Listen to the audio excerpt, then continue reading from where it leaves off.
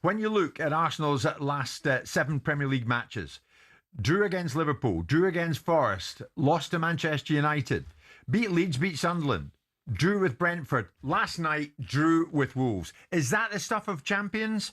I'm not so sure. 03717 223344. Matt, big Arsenal fan. Good morning, Matt. You panicking? Morning, Jim and Simon. Morning. Good morning, Matt. I'm not panicking, but it was a bad game last night. It was a poor performance, and we need to take a long, hard look at ourselves, right? But my point is, the media witch hunt against Arsenal.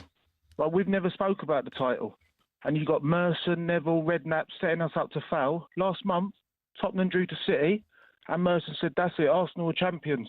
The league's over." Like, years ago, Jim didn't even speak about the title to March. Like, every media out there said Arsenal to fail, and we're going to get destroyed if we finish second. Right, Jim? And the last point... But, Matt, what do you mean we never speak about the title?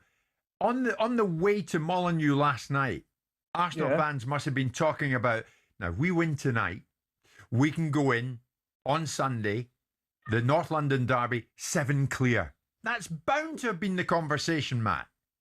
We definitely think, no, Arsenal fans are not. Mine Keown's told you he's an Arsenal fan. We're not thinking about the title yet. We're just taking game as it comes.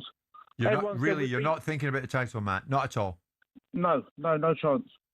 We're taking each game as it comes.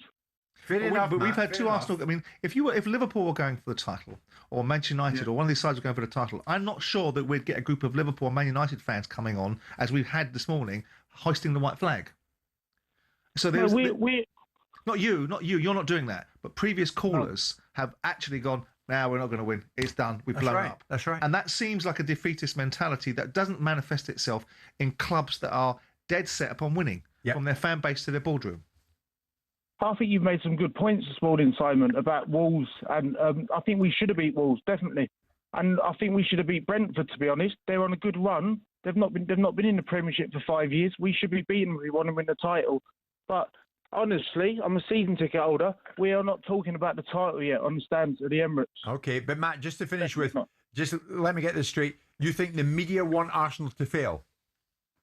I think they set us up. I think they do. And I think just one last point.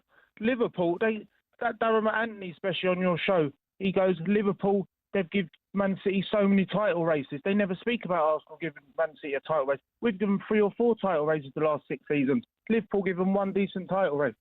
Matt, good call. Listen, thanks for taking the time out. Liverpool won. Liverpool won. Here's Keith, big Arsenal fan. If I know Keith, and I think I know Keith, I know it's coming. Good morning. Yes, good morning to you. Yeah, you do know me. Listen, I've got to say to you, and I'm a pragmatic fan. I was very disappointed last night, very disappointed. I call it unprofessional to be 2-0 up against the bottom side and letting that lead slip. However, going back to what a previous caller said about Gyökeres, I said to Simon that we've never bottled the title. We didn't have the squad. This season we've got the squad, but I'm not quite sure the quality of the front line is up to it. I don't rate Gyökeres. He's come in supposedly as the goal scorer we were hoping that we needed to get us over the line. He's not been that person. We signed Eze, who actually was on the verge of going to Tottenham. And with all due respect to Eze, he's talented, but he's more of a Tottenham player because he's an in-and-out player. He doesn't do it week in, week out. He's a streak-type player. He's not an Arsenal player. Madueke, he's a good understudy maybe for Saka, but he's not a first-teamer. He's great with all the tricks, but his final ball is not good enough. So I think that the problem is our front line. Is something not quite right with the front line insofar as we're not effective enough. We haven't got that killer instinct to go out and smash teams.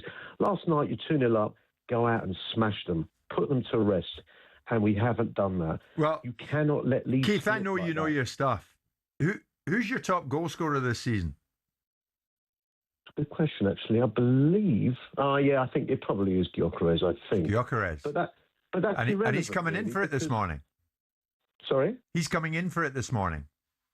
Look, we got him thinking... We've got a striker there who's got something like 98 goals in 100 appearances in Portugal. We thought this guy... And I think he actually thought he was going to come into this team and score a hatful of goals every week. He's had a bit of a humbling experience. It boils down to this, Keith, and I know you know your stuff inside out. Are you nervous now, or are you thinking, nah, to hell with you all?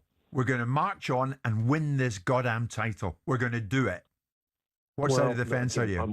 I've been concerned about the front line, but I do think there's enough quality there. However, I agree with Simon, I think, on Sunday. They've got to go out and say, you know what? Let's roll our sleeves up. We have to go out and win this damn thing. And we've got to go out and show the attitude of champions. I'll give you an example in a completely different sport. Phil Taylor in darts. I'll never forget. This guy, if you give him an opening, he sunk you. And that's what you've got to be. If you want to be a real champion, you've got to go and sink the opposition. That's a good example, actually. Yeah, and they've got their opportunity. Kills off the opponent. Well, they've got the opportunity to do that because their opponent is Man City and they're playing them. So we'll see about what this looks like. They'll go to. I fully expect Arsenal to recover from this poor performance against Wolves. You think they win Sunday? Yeah, I do. But I thought they'd win yesterday. So, but what that's worth is nothing. But the game for me is it's not a given that when you go to Man City, the Man City are going to roll Arsenal over.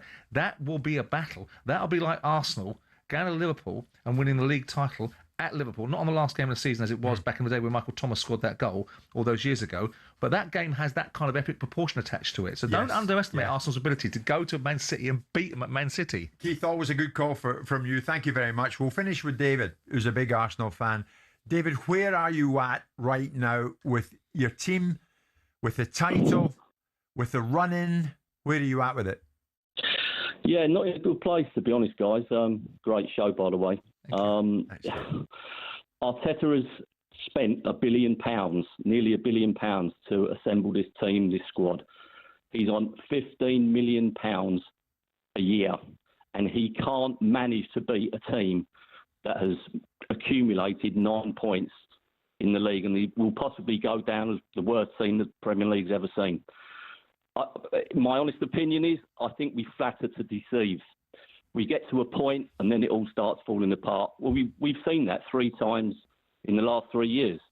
And that's absolutely where I am. I don't see us winning the league. And I think Josh Kroenke needs to make a decision at the end of the season and he needs to go. Oh, David, you kept the punchline to last. He needs to go. I mean, to be fair, Kroenke, what more can he do at this precise time? Well, no, he'll be confronted with the decision, is what the caller's suggesting. The fact that he's on 50, they're all on 15 million quid a year. The fact that he's spent £1 billion, they all spend £1 billion. So there's no. Pep Guardiola is the only manager that exceeds what Mikel Arteta is on. They're all on big money, whether it's 10 million, 12 million, 9 million, 10 million, they're all on big dough. So they all spend. I mean, Liverpool just spent £500 million in one transfer window. But what you're saying, David, is this is the last chance for Arteta. Absolutely. If he doesn't win the league this season, in what has been a very poor season in terms of quality, if he doesn't win it this season, he needs to go. And replace him with who? Luis Enrique. Okay, and Luis Enrique is available to come to Arsenal, is he? If you offer him enough money, he will come. So he'll just rock out of PSG and come to Arsenal, will he?